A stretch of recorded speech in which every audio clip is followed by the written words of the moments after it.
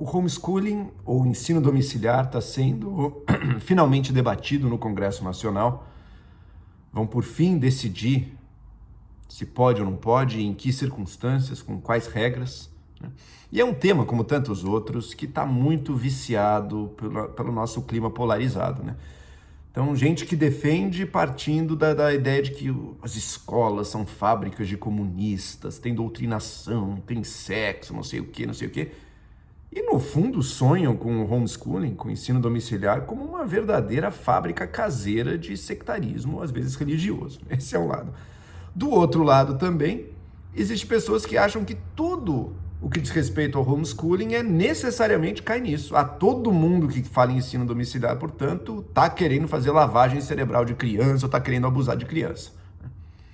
Eu quero olhar para a questão de um jeito menos... que não parte da demonização de nenhum dos dois lados, tá? Que não parte disso e analisar os prós, os méritos e os contras do homeschooling. Mas antes disso, aproveita que você está aqui, já se inscreva no meu canal, curta e compartilhe esse vídeo para a gente levar a discussão sempre mais longe. Então vamos lá, ensino domiciliar, homeschooling, o que é? É um pai, uma mãe, os pais ou os tutores, os guardiões de uma criança não a matricularem numa escola, seja pública ou privada, porque optam para dar a educação dos seus filhos, ou daqueles sobre os quais eles têm a responsabilidade, em casa, no qual o próprio pai, a própria mãe, a própria avó, o tutor, o guardião, serão as pessoas que darão primordialmente, principalmente, educação para aquela criança. Tá? Essa é a proposta. Por que pessoas querem isso? Olha, em primeiro lugar, mais alternativas de ensino. A gente não tem alternativa de botar numa escola pública, não tem alternativa de várias escolas privadas para quem puder pagar. A gente não é obrigado a botar numa escola só. Então, se um domicílio, se um lar tiver a capacidade de suprir com as crianças desse lar a função que caberia a uma escola formal, por que não deixar também?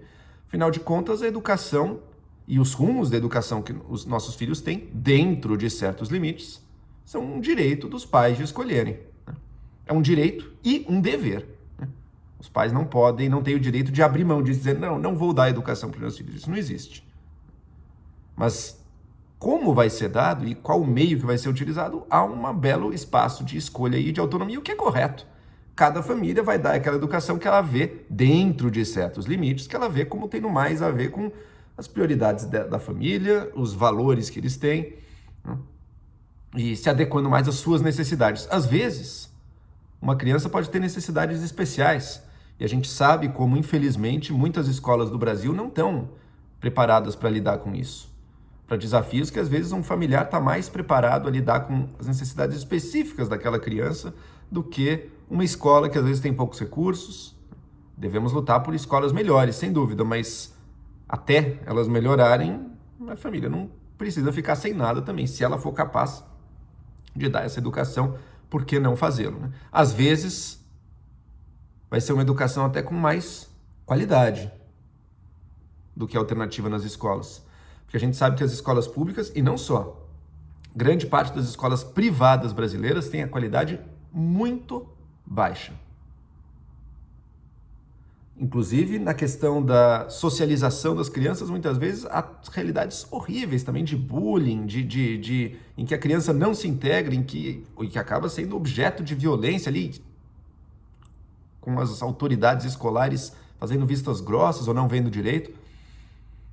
Uma série de questões e de problemas que pais podem legitimamente ver na escola e achar que seus filhos estarão melhores servidos com o homeschooling. Tá? Por fim, no homeschooling você pode ter uma liberdade, uma diversidade maior de possíveis currículos, mantendo a base em comum, é claro, mas dentro dela, uma vez cumprida ela, também ter mais espaço para, por exemplo, os pais de uma criança acham que poesia deveria ter mais espaço na educação, ou astronomia, ou agronomia, ou uma série de outros temas que podem achar que a escola, com o foco do currículo que ela tem, não está cumprindo adequadamente. Então são esses pontos positivos que pode que a educação domiciliar pode ter, né? Que os pais podem conseguir ali. Todos vão conseguir? Não, mas eu não tenho dúvida de que muitas famílias sim teriam a capacidade de prover ensino de qualidade, com material de apoio sempre, claro, mas prover ensino de qualidade para os seus filhos. Mas tem riscos, tem contras também. Primeiro, falei que a qualidade às vezes pode ser melhor, em muitos casos ela pode ser pior também. E é direito dos pais optar por uma educação precária e pior para os seus filhos, tirando eles da escola? Eu creio que não. Segundo e grande risco, sociabilidade. A escola é importante não só como um lugar onde a criança e o jovem recebem conteúdos e aprendem o básico, como um lugar onde ele aprende a lidar e a interagir com pares da idade dele, de diversos meios diferentes, de diversas famílias, com visões e crenças diferentes, às vezes, em alguns casos, com alguma variedade de renda também, embora isso às vezes não seja tão grande assim, porque a gente sabe como é segregada a situação social no Brasil, né? Mas a escola é o lugar onde a criança lida com uma diversidade muito maior do que ela vai encontrar só na família dela, ou só ou na família estendida, ali no meio mais restrito em que ela vive. Ou no meio das famílias da igreja dela, que seja. Tá? Na escola ela tem acesso a muito mais. Como é que o ensino domiciliar vai cumprir essa função de sociabilidade que é psicologicamente muito importante para crianças e jovens se inserirem na sociedade, terem relações com os pares da sua idade. Tá? Terceiro risco. Essa educação, às vezes, pode ser muito enviesada por ideologias e por doutrinação ideológica. A gente vê tanta gente falando das escolas, né? O risco da doutrinação nas escolas. Olha, o risco de doutrinação dentro de uma família é muito maior, porque você tem muito menos diversidade ali. Você tem o pai, a mãe, a avó, algum outro familiar, algum tutor próximo a eles, amigo da família. O risco de ali você ter, por exemplo, uma educação anticientífica em diversos pontos, por exemplo, negando a teoria da evolução, o risco de uma educação que não cubra pontos essenciais, por exemplo, de educação sexual, combate a preconceitos, ensinar a prevenir doenças sexualmente transmissíveis, prevenir gravidez indesejada, prevenir, denunciar e apontar abusos. Se a criança tem a família dela e tem a escola, bom, ela tem dois âmbitos ali, ela aprende sobre esses temas e às vezes o abuso que acontece em um, ela tem o apoio do outro para denunciar. Se ela está só restrita à família, isso pode ficar muito mais difícil. E por fim, ligado a tudo isso também, o risco do sectarismo extremo. A criança ficar presa num mundinho de uma seita, que pode ser religiosa, mas não precisa ser, pode inclusive ser ateia, mas de uma seita com ideias muito sectárias sobre a sociedade, que não convive com o resto da sociedade, portanto, em vez de gerar um cidadão apto à vida em público na nossa sociedade, gera alguém ou forma alguém que está com a sua visão de mundo muito limitada pelos ditames de um grupo separado da sociedade. Isso não é positivo para a sociedade e nem para o indivíduo. Sendo assim, qualquer projeto que vise a permitir o homeschooling tem que levar em conta essas questões. E o projeto de lei que está sendo discutido no Congresso agora, ele contempla isso. Ele exige que os pais, pelo menos um, tenham uma formação superior. Ele exige, e a parte do conteúdo é isso, avaliações do jovem, da criança. Ela vai ter que prestar provas, como uma criança no caminho normal de uma escola. E se for reprovado 2 vezes, perde o direito de continuar no homeschooling. Acho isso corretíssimo. Tá? Por fim, também, essa parte é mal explicada, diz que tem que ter uma garantia pelos pais ou responsáveis legais da convivência familiar e comunitária do estudante, ou seja, a parte da sociabilidade. Não está muito claro como é que isso vai ser feito. Tá? Imagino que envolva algum trabalho conjunto da escola local, que a criança tem que estar matriculada numa instituição, formalmente, só para cumprir ali os anos dela e progredindo de ano a ano, de assistente social, alguma coisa assim. Né? Existe estrutura para isso? Essa é uma questão que está em aberto. Se existir, se concluir que sim, dá para diversos municípios, e alguns estados, inclusive municípios, já fazem isso. Então, eu não vejo problema nenhum em sim legalizar o homeschooling. Acho que é mais uma possibilidade que os pais têm acesso. Agora, isso é importante frisar. Né? Os pais, eles têm o direito sobre a educação dos filhos, como eu falei antes, mas esse direito é ao mesmo tempo um dever. Os pais não podem, sob a ideia de que eu quero dar uma educação diferente para o meu filho, eu não quero seguir o que as escolas fazem. Ok, você pode ter críticas e querer fazer diferente das escolas, mas tem uma base em comum. No caso do Brasil, é a Base Nacional Comum Curricular, que na verdade é bem extensa, talvez pudesse ser reduzida, mas hoje em dia ela é essa. E todo ensino, seja onde for no nosso país, domiciliar ou escolar, vai ter que se pautar por isso. Nenhum pai tem o direito, por exemplo, de eu optei por dar uma educação para o meu filho em que eu não ensinei a ler e escrever. Não. Eu não ensinei operações matemáticas, eu acho que matemática é uma coisa. Não. Eu não ensinei ciência básica. Não. História do nosso país. Não. Todo cidadão tem o direito de receber isso e é dever dos pais ou responsáveis legais prover isso para eles, seja via escola ou no seu ensino domiciliar. Então, as avaliações de um lado, o acompanhamento social de outro e, por fim, a garantia de um currículo comum, eles são partes essenciais. O projeto está contemplando isso, né? E vai deixar para as realidades de cada município ou estado também ver as suas particularidades.